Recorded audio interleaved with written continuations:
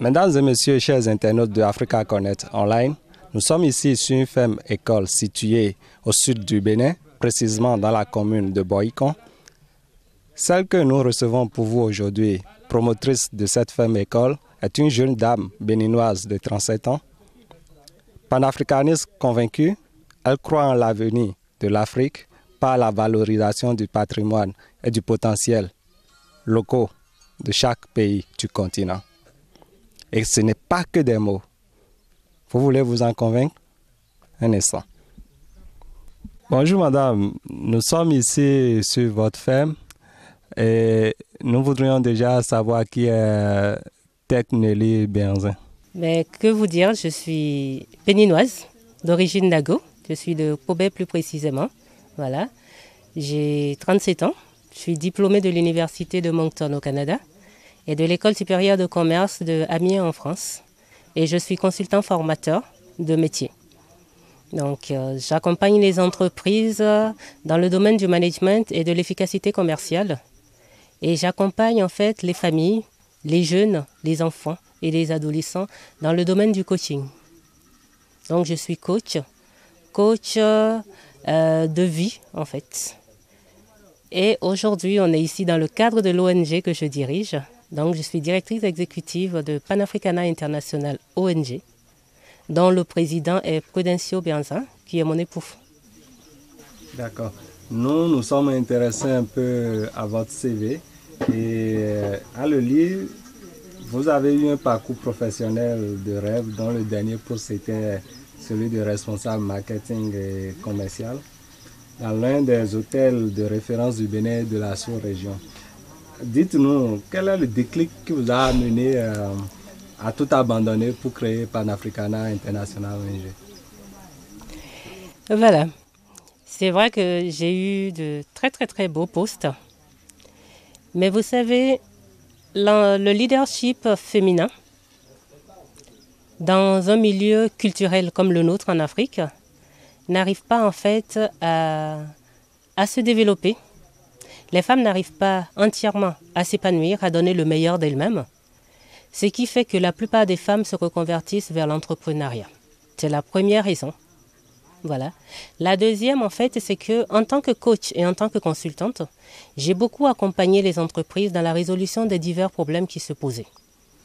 Et je me suis rendu compte que ce n'était pas un problème de management, ce n'était pas un problème de système défaillant au niveau de l'entreprise, mais les bonnes personnes n'étaient pas au bon poste. Les bonnes personnes n'étaient pas au bon poste parce que les gens étaient là plus pour le salaire que rapporte ce poste que par passion. Donc aujourd'hui, j'ai décidé d'accompagner les jeunes dans la réalisation de leur passion parce que contrairement à ce qu'on dit, on vit de sa passion. Parce que quand on travaille par passion, on n'a pas l'impression de travailler et on donne le meilleur de soi-même. Exactement. Quels sont les objectifs poursuivis par votre organisation et aujourd'hui, quel est le bilan qu'on peut déjà faire depuis la création de cette structure que vous dirigez? D'accord. Le premier objectif, comme je le disais tantôt, c'est amener les personnes à sauver leur passion. Le deuxième, en fait, c'est l'employabilité des jeunes aujourd'hui. Et dans ce domaine, nous avons déjà quand même formé 4 promotions de jeunes. Nous avons quand même 85 jeunes déjà formés. Et la plupart sont déjà à leur propre compte et ont monté leur propre ferme aujourd'hui, ont démarré.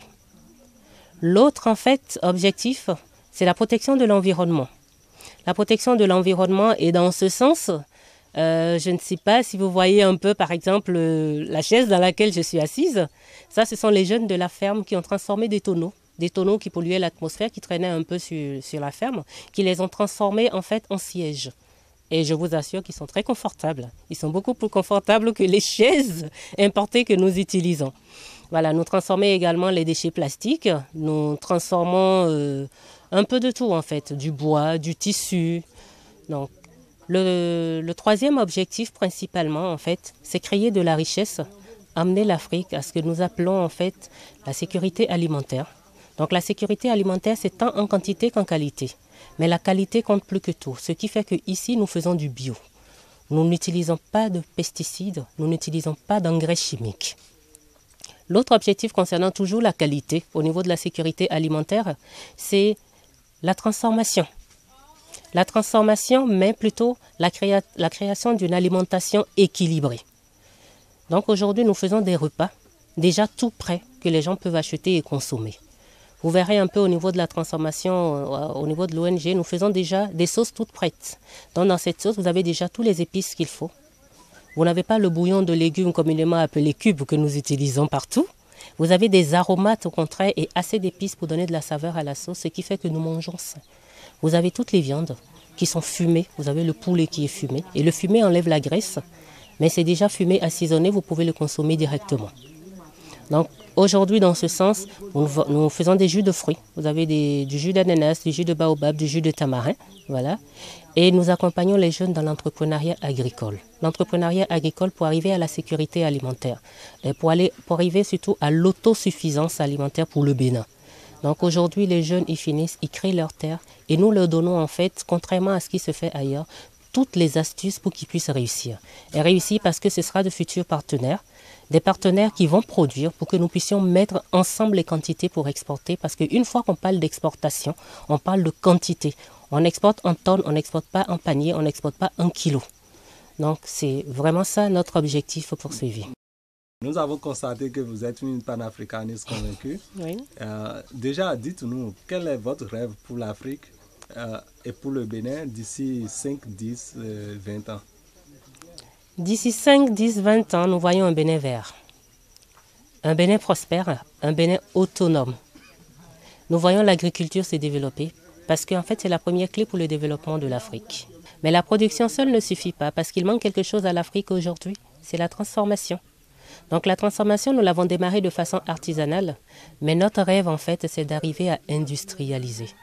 Aujourd'hui, nous produisons des légumes, nous produisons des épinards, nous produisons un certain nombre de choses que nous voulons transformer. Nous voulons lancer la première chaîne de légumes surgelés bio au Bénin. Et nous espérons que dans beaucoup d'autres pays, les gens nous suivront pour que enfin l'Afrique arrive à l'indépendance, à la prospérité. Donc nous allons faire des épinards surgelés. Nous allons de notre côté développer une gamme de produits complètement fumés, transformés.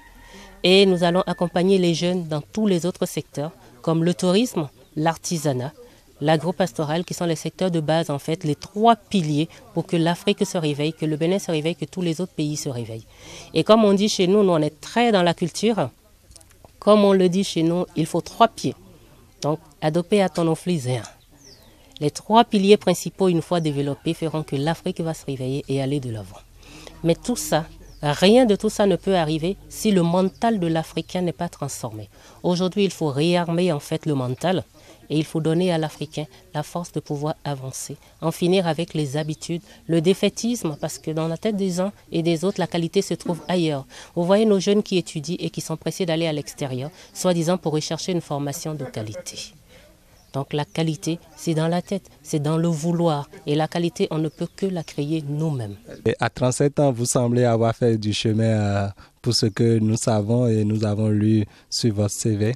Dites-nous, quelle est votre appréciation aujourd'hui du leadership des jeunes de façon globale et surtout de vos sœurs béninoises? Le leadership, en fait, en 2 mots, c'est la capacité d'impacter autrui au point de vouloir changer la personne et l'emmener en fait vers un objectif visé.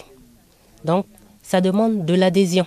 La personne vient à vous parce qu'elle a envie de vous suivre et parce qu'elle croit en fait en ce que vous lui faites miroiter. Aujourd'hui, on a un petit souci de mentalité en Afrique. Nous n'avons pas appris à oser. Nous n'avons pas appris à être nous-mêmes. À cause déjà de notre culture. Il y a du bon dans la culture, mais la culture, elle est très lourde. Et elle a tué, en fait, en la jeunesse béninoise, ce que nous appelons la créativité. Elle a tué, en fait, ce que nous appelons, comment est-ce que je dirais, l'initiative, l'esprit d'initiative. Le jeune Africain, quand il veut agir, il semble demander une permission. Est-ce que je peux? Il est bloqué par un mécanisme interne qui est lié à l'éducation de base. Vous prenez un jeune Africain, un enfant africain de 7 ans. Vous en prenez un Européen ou Américain de 7 ans. Vous verrez que ce que l'autre est capable de faire, comparé à ce que le petit garçon ou la petite fille africaine peut faire, c'est vraiment, comment est-ce que je dirais, c'est impressionnant.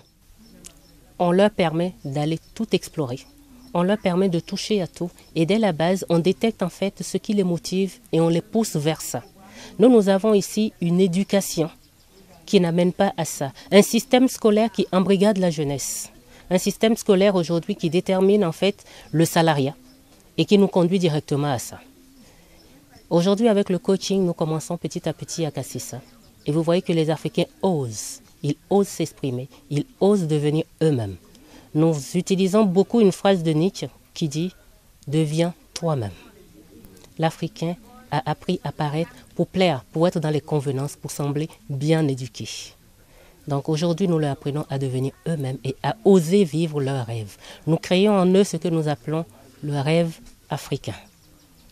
Et par l'ONG que nous avons créée, il ne suffit pas de dire « on rêve », on veut. Aujourd'hui, on a montré qu'on veut, on peut et on l'a fait. Et on veut que cet exemple puisse permettre en fait d'aider les jeunes à se lancer. Quant à la femme, n'oubliez pas qu'en dehors du rêve, il y a quelque chose qui bloque un peu le leadership féminin. Il y a la famille. Ce n'est pas difficile, ce n'est pas facile aujourd'hui d'avoir l'équilibre entre vie de famille, vie de couple et vie professionnelle. Donc c'est un équilibre qu'il faut arriver à trouver. Justement, entre ces trois statuts, comment, d'abord, est-ce que vous avez des enfants? Si oui, comment arrivez-vous à concilier tous ces trois statuts? Oui, j'ai des enfants, j'en ai 3.